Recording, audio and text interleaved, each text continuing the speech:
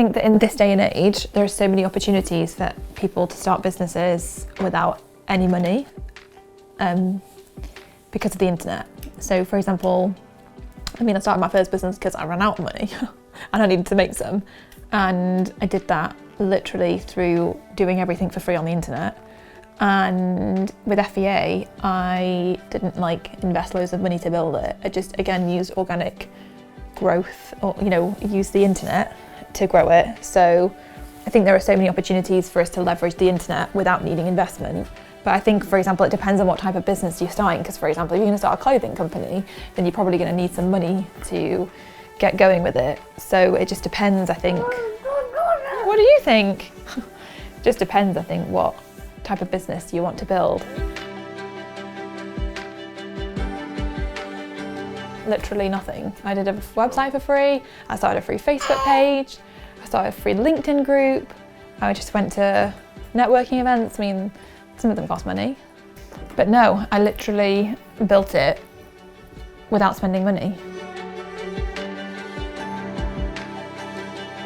The thing is, everyone, no matter what business you're building, has the ability to start working first on building an audience. So for example, if you wanted to build a clothing company and you knew you needed investment to actually make it happen, you have the ability to grow a social media following around what your brand's about, what it's going to be. And you're pushing me. And then when you go to the investors, you can be like, look, all these people love this concept. They love the ideas of what I'm going to create. So much more likely that people want to invest in you. No one's just going to hand over their money to you without a solid proof of concept. So I think the internet helps people to create that proof of concept for free. I think people think they need money, but then when I realised this, because I remember once there was this grant that was you could win £100,000, and I was like, I really want to win or whatever. And then I thought to myself, why do I actually want to win this money? And it was because psychologically it felt like I could risk $100,000 of someone else's money.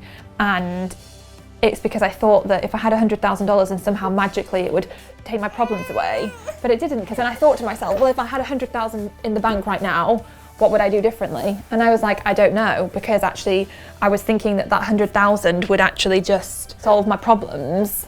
And it's not going to solve my problems. I have to solve my problems. That's what being a good entrepreneur is about. And so I think people kind of think that the money is going to help them, but it doesn't. Want to go out there? Go on then. He says no. Hello. Oh, hello you. Crazy.